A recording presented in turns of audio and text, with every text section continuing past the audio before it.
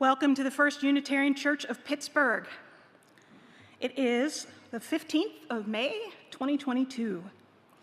I am Erica Shadowsong, Lifespan Religious Education Director.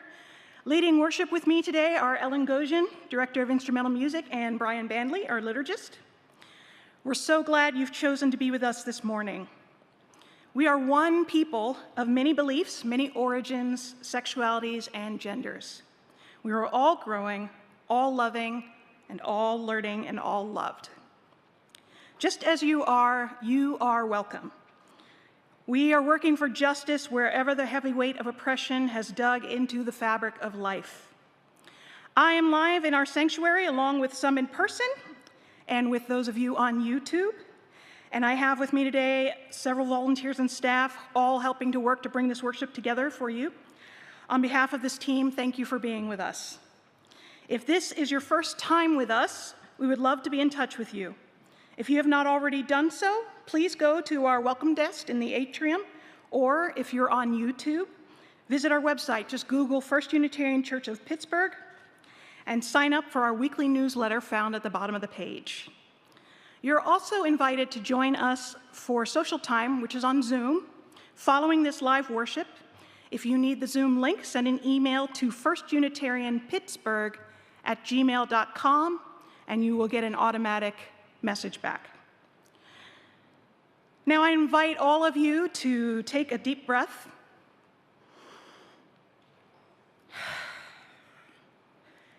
And picture yourselves connected to all others who are watching today and in the future.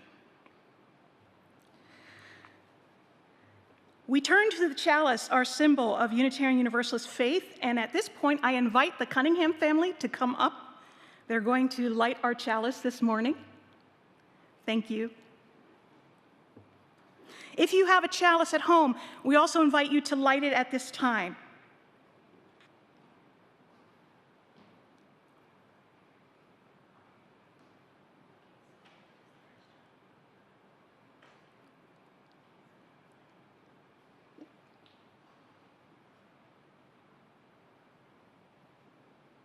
Push it out a little.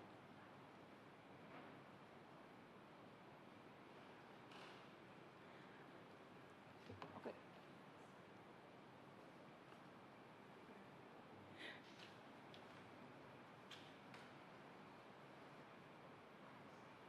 Yeah. We have a fancy chalice lighter.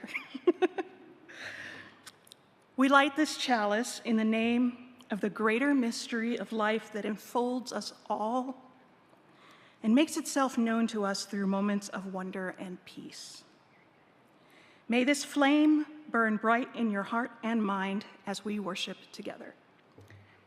And then just, there you go. Thank you, Cunninghams.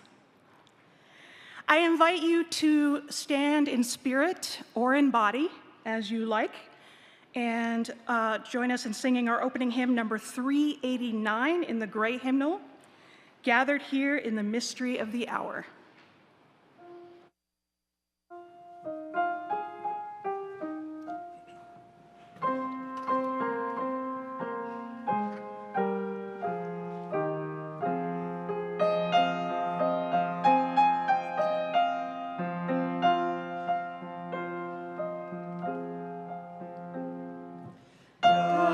Gathered here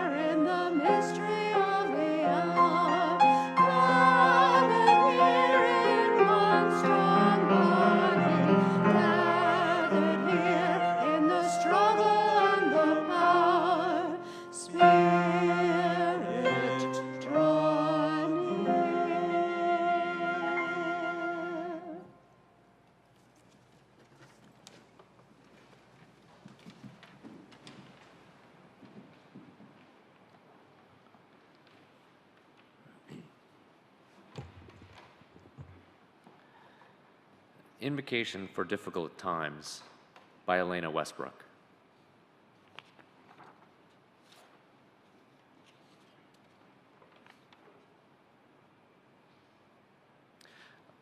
A speckled egg and leaves inside of a bird's nest, when all around us voices are raised in anger, hatred spilling into the streets and sparking more hatred.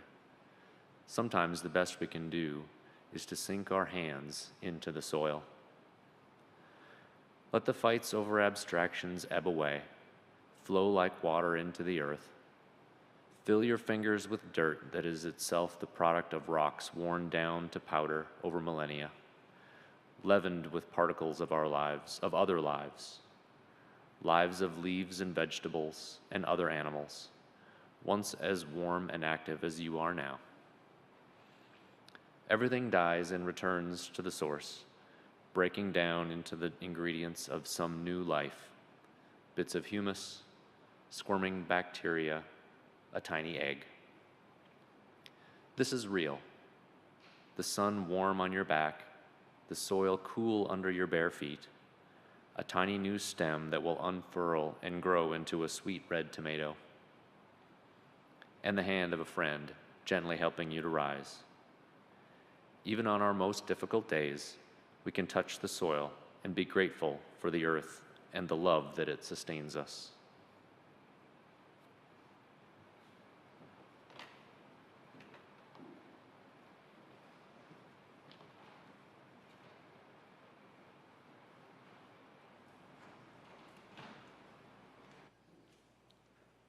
The three stories I'm going to tell you today all come from a book, Hide and Seek with God. It is one of my favorite children's books. It's profoundly much more than just a children's book, so I always recommend it to anyone for a refreshing way of thinking about God, lots of different ways of thinking about God. This story is called God is in Each One of Us. There was a boy named Svetaketayu who went away to school.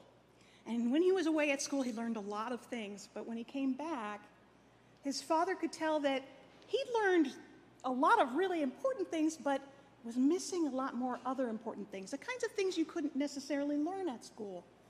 And he told him this. And Svetaketayu said, "Father, please teach me some of these important things." So his father told him to go to the fig tree that they had outside and pick a fig. Svetaketayu went to the fig tree, he picked a fig. If you've ever seen a fig, it's a wrinkly piece of fruit about this size.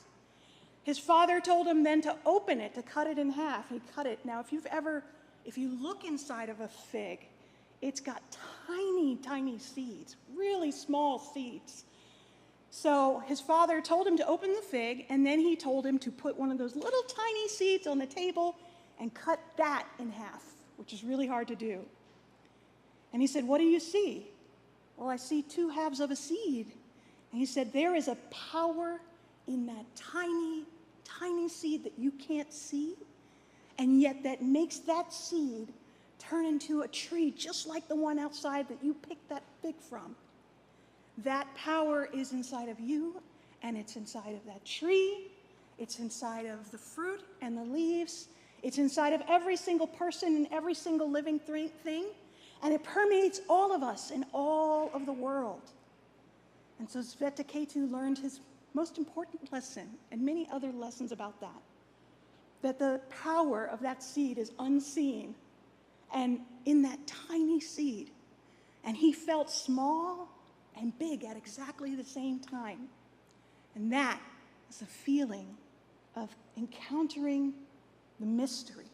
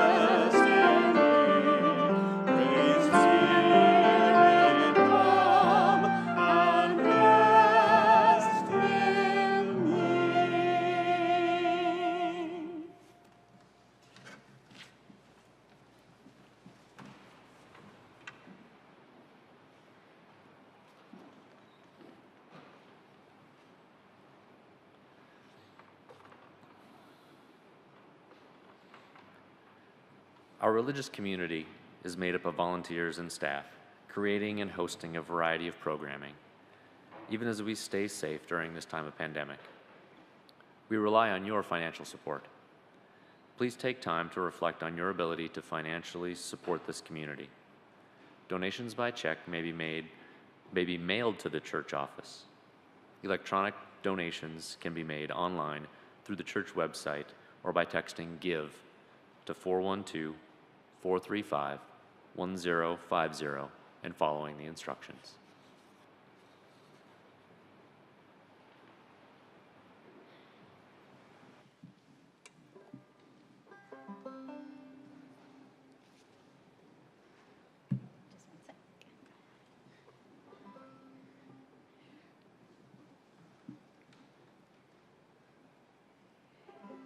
So we are going to display a Cranky, which is a moving picture show.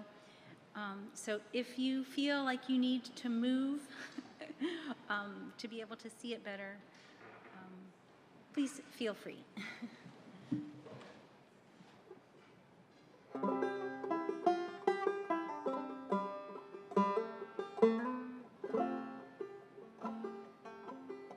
See the flowers in the fields,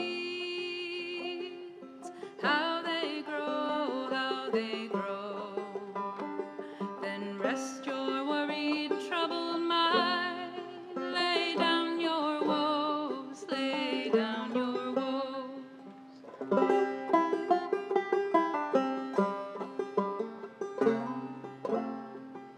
See the birds all in their flight. On the wing, on the wing, you hear them singing for today, not fearing for the morn. For in the fertile fields of peace, the seeds are sown, the seeds are sown.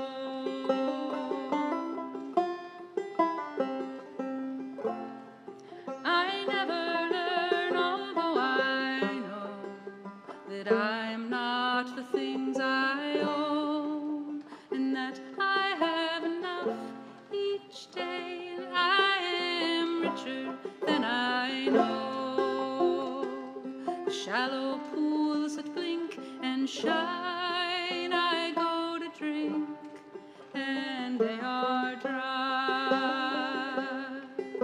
But through the rolling hills of peace, the rivers flow, the rivers flow.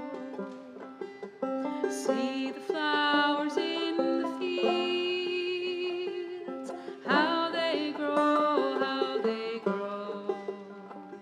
Then rest your worried, troubled mind. Lay down your woes, lay down your woes.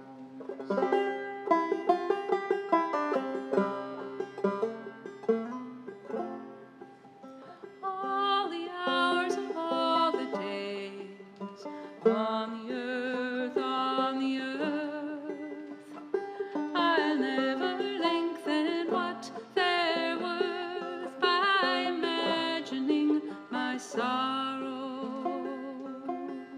If there's a time and place of peace, may I go, may I go. I will listen while I walk along the road very slow, for the silent unseen things my soul would rather know. And when I hear, I'll keep my heart, and love will be my fortune. Every other thing below, I let it go, I let it go. See the flowers in the fields, how they grow, how they grow. Then rest your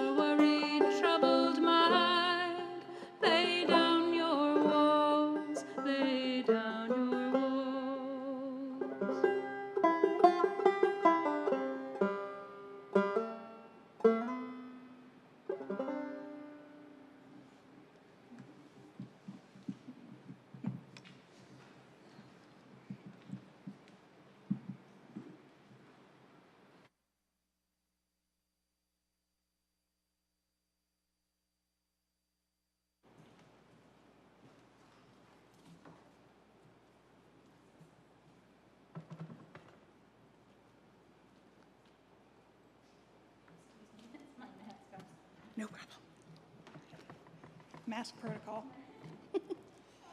Those of you who know me know that I prefer to memorize my stories, but sometimes that just is hard. So I'm gonna read this one to you. This one is called God is Like Darkness. I picked all of my favorites.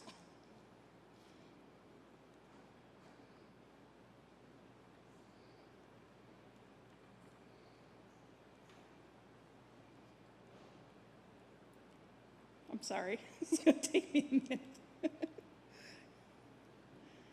Here we go.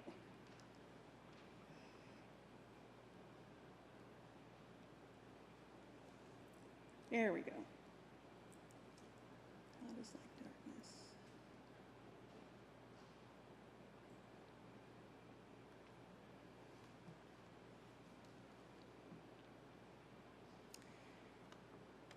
In the beginning, at the same time the power of God took the form of light, it also took the form of darkness. Though it may sound strange, whenever it was light, it was darkness too. The two were always together. At first, however, God's power was so dazzled by its light that it didn't even notice the darkness. After the power of God had all the fun of seeing what its light could do, it noticed that whenever it was flickering or flashing or beaming or blazing, there was the darkness in the background like an empty paper for it to make pictures on. It had been so busy making patterns and designs and turning itself into colors, it hadn't even noticed that no one could see its creations without the darkness that was always behind and under and around all the brightness of the light. When it realized this, the light switched itself off for a moment and decided to find out more about being darkness, and so it did. Years later, there was a child, and that child's parents had just said, "Time to go to bed." The child said, "I can't go yet because I have to get a drink of water." But do you know why the child really didn't want to go to bed? Do you?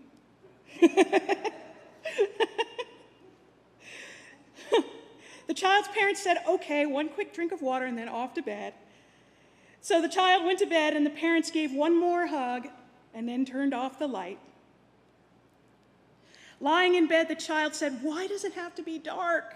Why couldn't it always be light? I don't like this darkness. Why is there darkness anyway?"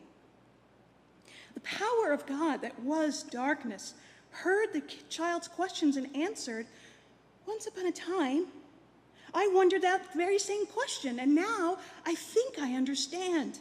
If you'd like me to, I could tell you about some of my ideas. Tell me first, though, what is it you don't like about my darkness?" Well, the child said, I can't see anything."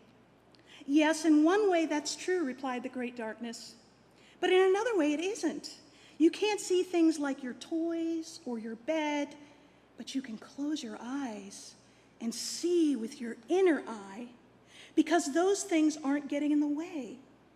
You have a chance to see things in your mind and in your spirit, the kinds of things that we see in our dreams. You must use your inner eye if your spirit is to grow." "But sometimes I see things that are scary that way," said the child. "Well, yes, sometimes they are. But we need to know about the things that scare us so that we can understand them better and so we aren't afraid of them in the daylight." My darkness gives you a chance to grow stronger and braver in your dreams. And of course, some dreams are fun or wonderful too. "I know," said the child, remembering one very good dream. "But there's another thing I don't like about your darkness. I can't find my way. If I have to get up, I might bump into something and hurt myself." "Well, if you have to get up and move around, then maybe you do need some light," said the great darkness. "But my darkness comes in the nighttime, and that is the time for resting and not moving. You use up a lot of your power and energy in the daylight, so you need the quiet time of night to create more energy for the next day. That's when you grow. You know how bulbs and seeds need to snuggle into the darkness of the earth before they can grow, and how baby animals are in the darkness of eggs or in their mother's wombs before they can be born. All creatures, plants, animals, and people need both times for moving around and doing things, and times for resting and growing. Well, maybe darkness is good for those night things, the child admitted, but when I'm in the dark, sometimes I feel all alone. Yes, sometimes we do feel alone, but the people you love are really quite near you, just in the next room, comforted God. And I am always with you. Darkness is just one of my many forms. Well, I guess there is something good about darkness, yawned the child, turning over and curling up like a baby in the dark of its mother's womb. At least you don't seem too scary when I'm talking to you like this. Then the child's eyes closed, and the darkness that was one of the forms of God wrapped itself very carefully and very gently all around the child. And within the mystery of that darkness, something new and wonderful began.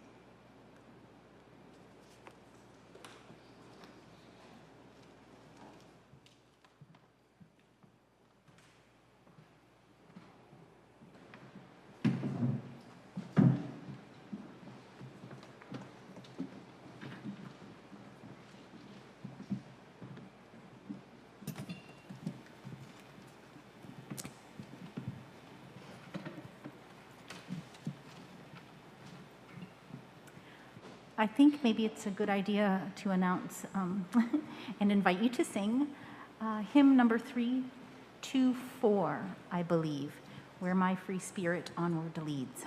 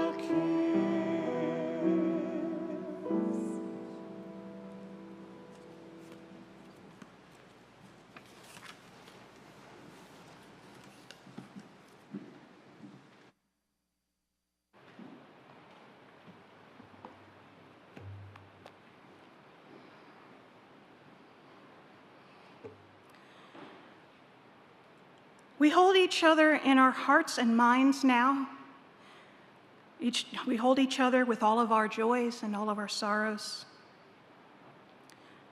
Today, I share with you a sorrow that Chris Rust, our director of vocal music, has COVID, so he's recovering. Prayers for Chris.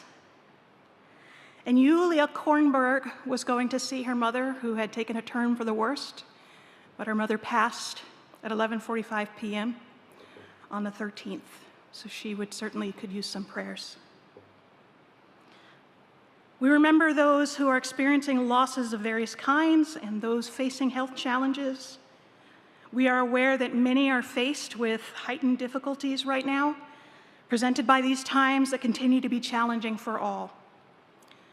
May we find joy in our connections with each other and in the pleasures that life holds. Let us continue to care for one another and for ourselves in all the ways that we can.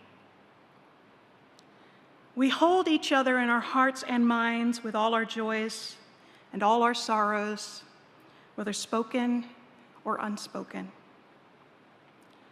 Let us take a moment to be quiet together.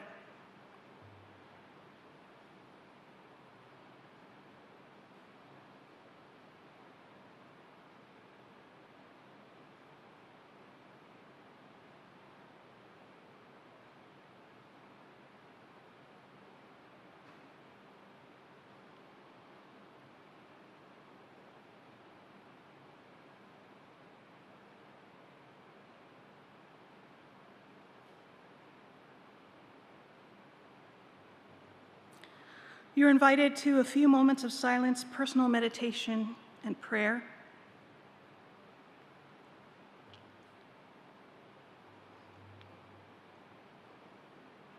I pray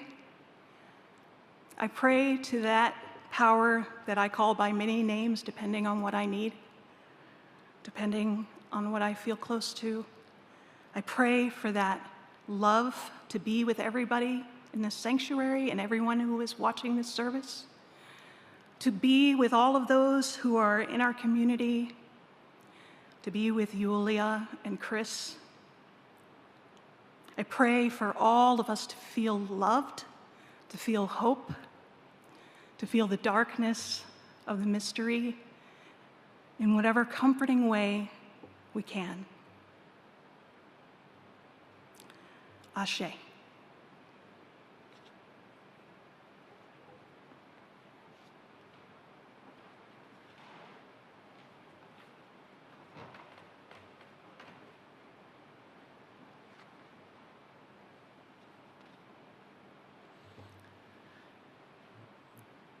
You, Darkness of Whom I Am Born, by Rainier Maria Rilke. You, darkness of whom I am born, I love you more than the flame that limits the world to the circle it illuminates and excludes all the rest. But the dark embraces everything, shapes and shadows, creatures and me, people and nations just as they are. It lets me imagine a great presence stirring beside me. I believe in the night.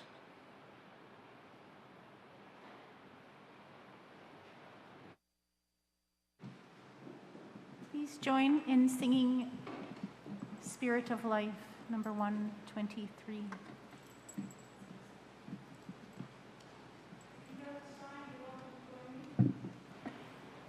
Erica said that if you know the sign, you are welcome to join her.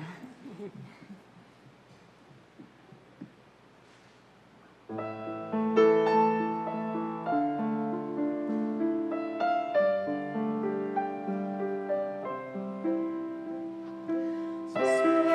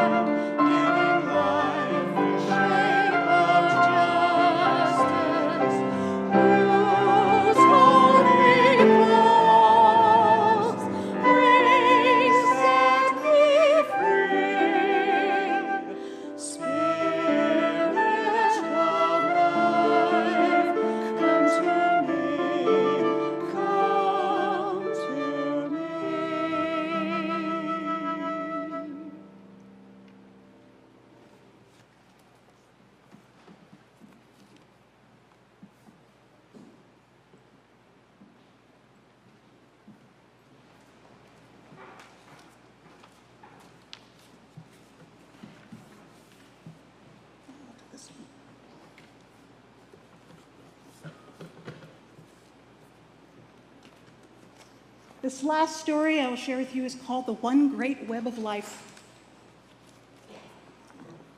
Once again, there was a boy who wondered about things. He had been told that everything in the world was part of God's oneness. But when he looked around him, he saw many different things: the sun, the moon, trees, rivers, houses and cars, plants and animals and people. He just couldn't understand how all these different things could be a oneness. One summer day, this boy was playing outside. After a time, he got tired and he lay down on the grass to rest. As he lay there looking up at the clouds, he thought again about the clouds and the grass and how even he could be all part of a oneness. Just then, he noticed a spider dropping down from the branch of a nearby bush. Closer and closer to him she came on a tiny silk thread that she spun out of the back of her body. He couldn't believe his ears when the spider said to him, "So, you are wondering about all the different things in the world and how they can be part of God's oneness. Would you like me to help you understand?" The boy gulped. For a few minutes, he couldn't even say anything. He was amazed that the spider could speak, and even more amazed that she knew what he was thinking. "Can you really tell me?" he asked. The spider said, "I won't tell you with words, but I will show you. Watch me." And the spider began to spin more of the silky threads out of her body and to weave them into a web. First, she made a bridge from one bush to another. Then she decided where the center of the web would be, and from their center she made connections to other parts of the bushes. Finally, the spider went back into the center and started out again, this time circling around and around, crisscrossing over and over the framework, working her way from the center out to the edges until the web was done. Proud of her creation, she said, "Do you like my web?" "Oh, yes, it's wonderful," the boy replied. "Does it give you any ideas about how all the different things in the world are part of the oneness?" "Well," thought the boy, "first there was just you, and now there are all these pretty threads in a nice crisscrossy design. The threads are different from you, but they came out of you, so they must be part of you too." "That's very good," replied the spider. "I could see you are a very good thinker." "And," the boy went on, "all the threads are connected to each other." "Yes," said the spider. "And just like the web, all the different things in the world come from God, and even though there are many different things, they are still all connected to each other. But there's more. Take that stick there and move just one part of the web, any part, and see what happens." The boy picked up the stick and gently jiggled one of the outer threads. "What happened?" asked the spider. "It moved." "Just the part that you touched?" "No," said the boy. "The whole thing moved, the whole web." "That's right. Nothing happens on one part of the web that the rest of the web doesn't feel. I always keep one foot on some part of the web, and if anything touches it anywhere, I know it. In the same way, when something happens to one of the things in the great web of life, somehow or other, it happens to everything else."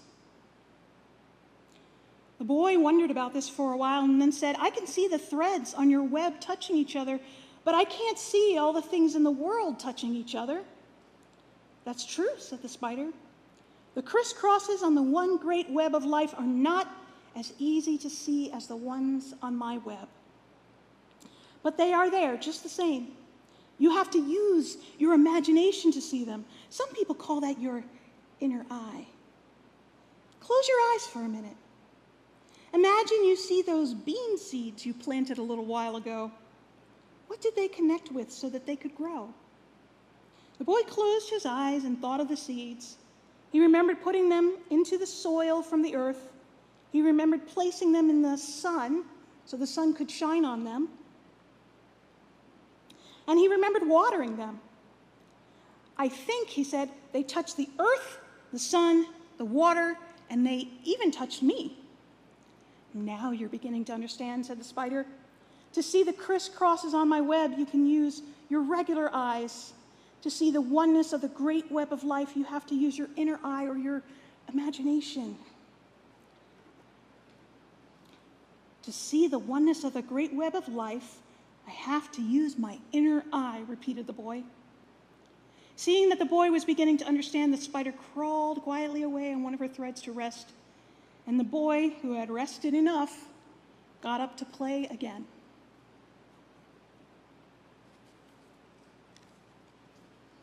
And I invite you again to stand in spirit or in body and sing number 1003, Where Do We Come From? We're going to sing it in parts. I think that everyone will need a teal book. I don't have one in front of me, but not this book, the other book. And you will sing each line 2 times, but I'm only going to play it 1 time to teach it to you. And then I will start with one group, and the next group will start, and the next group will start. So we will sing it in a round. If you find that you are singing, like everyone's singing the same thing, just jump and sing something different, and we'll just have a good old time. Okay.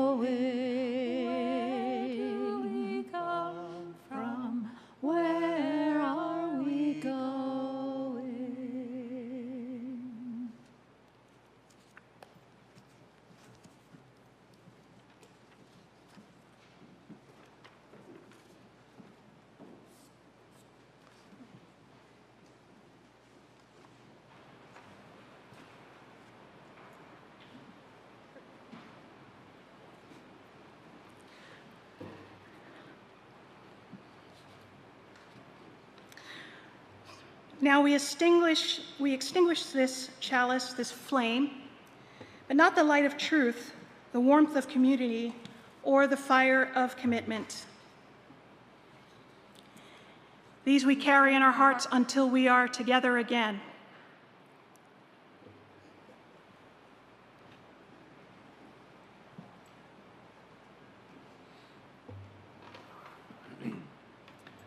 Give Us the Child Who Lives Within by Sarah York. Give us the child who lives within. Give us a child's eyes that we may receive the beauty and freshness of this day like sunshine.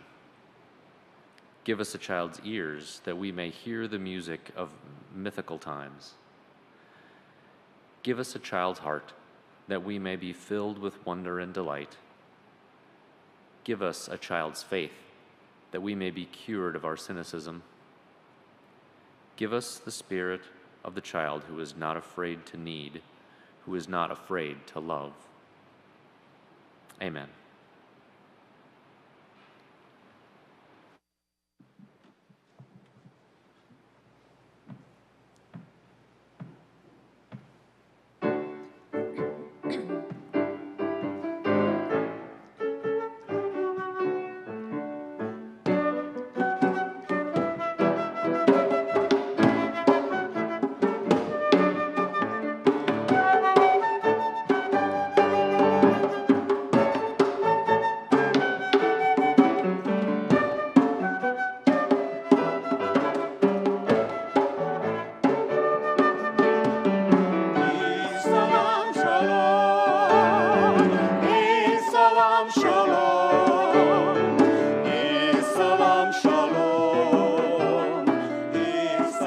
Shalom.